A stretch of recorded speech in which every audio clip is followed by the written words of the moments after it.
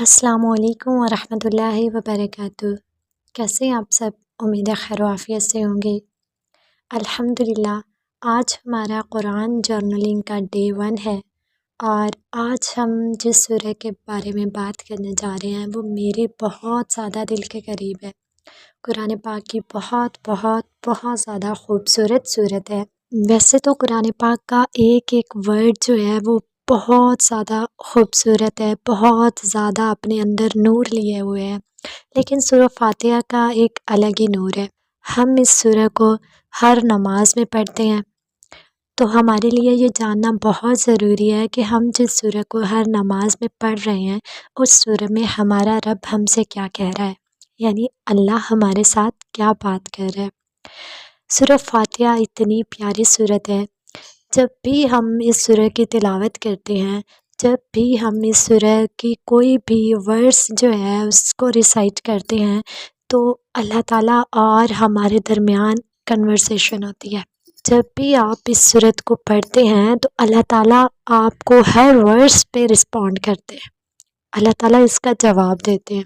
یہ اتنی پیاری صورت ہے، اس لیے میرے دل کے بہت قریب ہے، کیونکہ اس کے بغیر ہماری نماز ہی نہیں ہوتی۔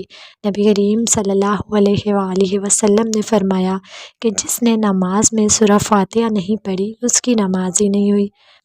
تو آج ہم سٹارٹ کر رہے ہیں سورہ فاتحہ سے۔ سٹارٹ کرنے سے پہلے میں آپ کو بتاتی چلوں کہ میں اپنے نوٹس جو میں جرنل کر رہی ہوں وہ آپ کے ساتھ شیئر کر دوں گی پوسٹ میں، وائی ٹی کی جو پوسٹ ہوتی ہے وہاں پہ، اور آپ اسے دیکھ سکتے ہیں۔ اس کے علاوہ آپ اپنے نوٹس بھی بنائیں، کیونکہ جب آپ بعد میں اپنے نوٹس کو دوبارہ سے دیکھتے ہیں تو آپ زیادہ اچھے طریقے سے کنیکٹ کر پاتے ہیں اور زیادہ اچھے سے آپ سمجھ سکتے ہیں۔ تو چلیں سٹارٹ کرتے ہیں سورہ فاتحہ کو۔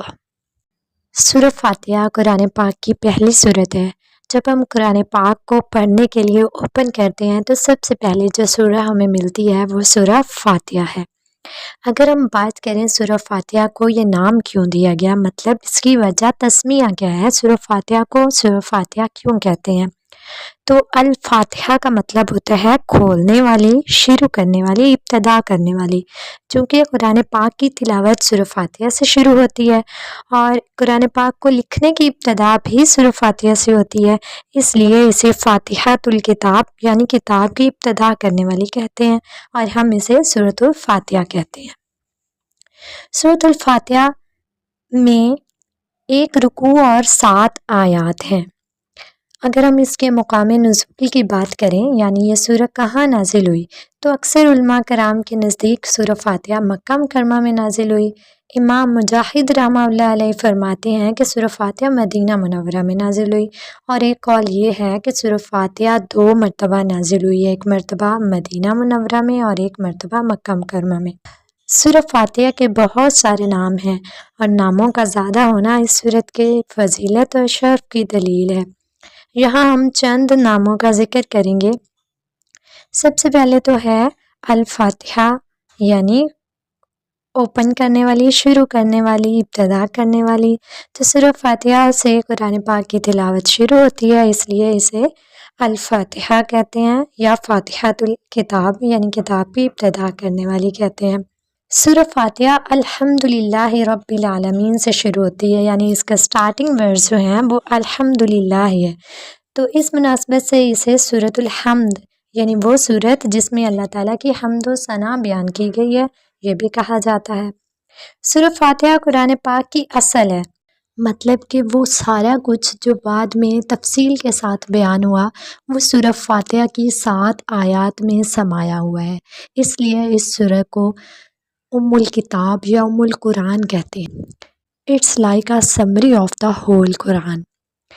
سورہ فاتحہ کے بارے میں ایک اور بہت ہی انٹرسٹنگ واقعہ ہے جو کہ صحیح مسلم اور صحیح بخاری میں بیان ہوا ہے۔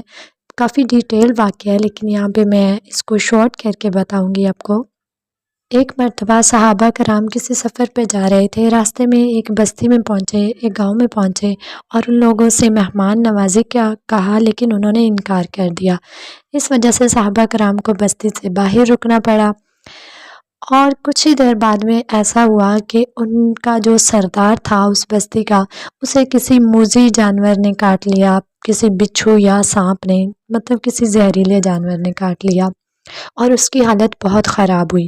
ایک لونڈی بھاگتی ہوئی صحابہ کرام کے اس گروہ کے پاس آئی اور پوچھا، کیا تم لوگوں میں سے کوئی جھاڑ پھونک جانتا ہے؟ ہمارے سردار کو کسی موذی جانور نے کاٹ لیا ہے تو کچھ پڑھ کے دم کر دے تاکہ وہ ٹھیک ہو جائے۔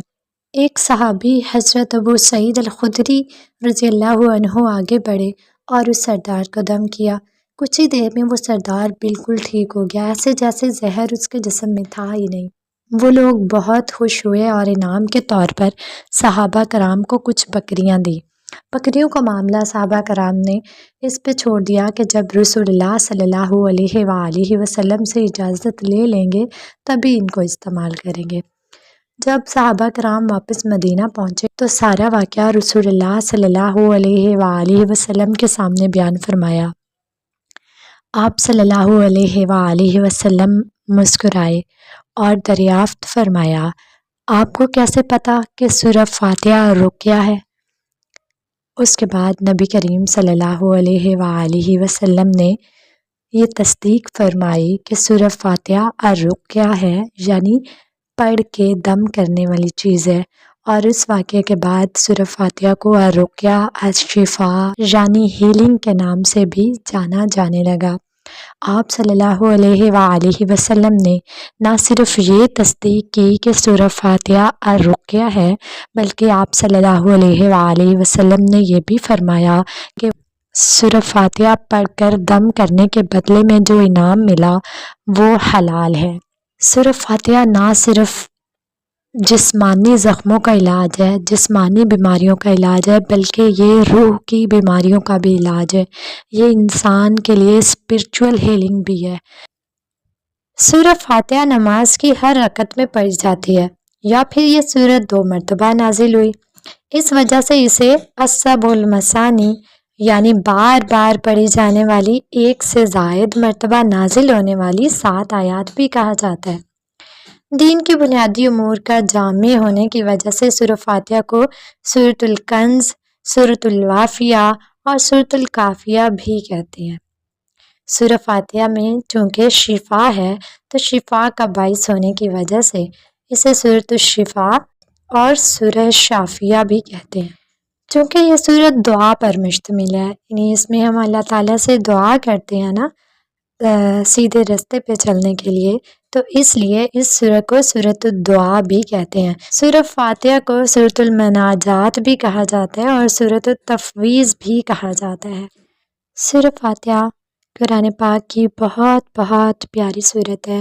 ہم نے اس کے کچھ ناموں کے بارے میں جانا کہ سورہ فاتحہ کے کون کون سے نام ہیں، اس میں جو خصوصیات ہیں ان کی بنا پر سورہ فاتحہ کو بہت سارے نام دیے گئے ہیں، اور یہ ناموں کا زیادہ ہونا اس کی فضیلت کی دلیل ہے، یعنی یہ بہت فضیلت والی سورت ہے۔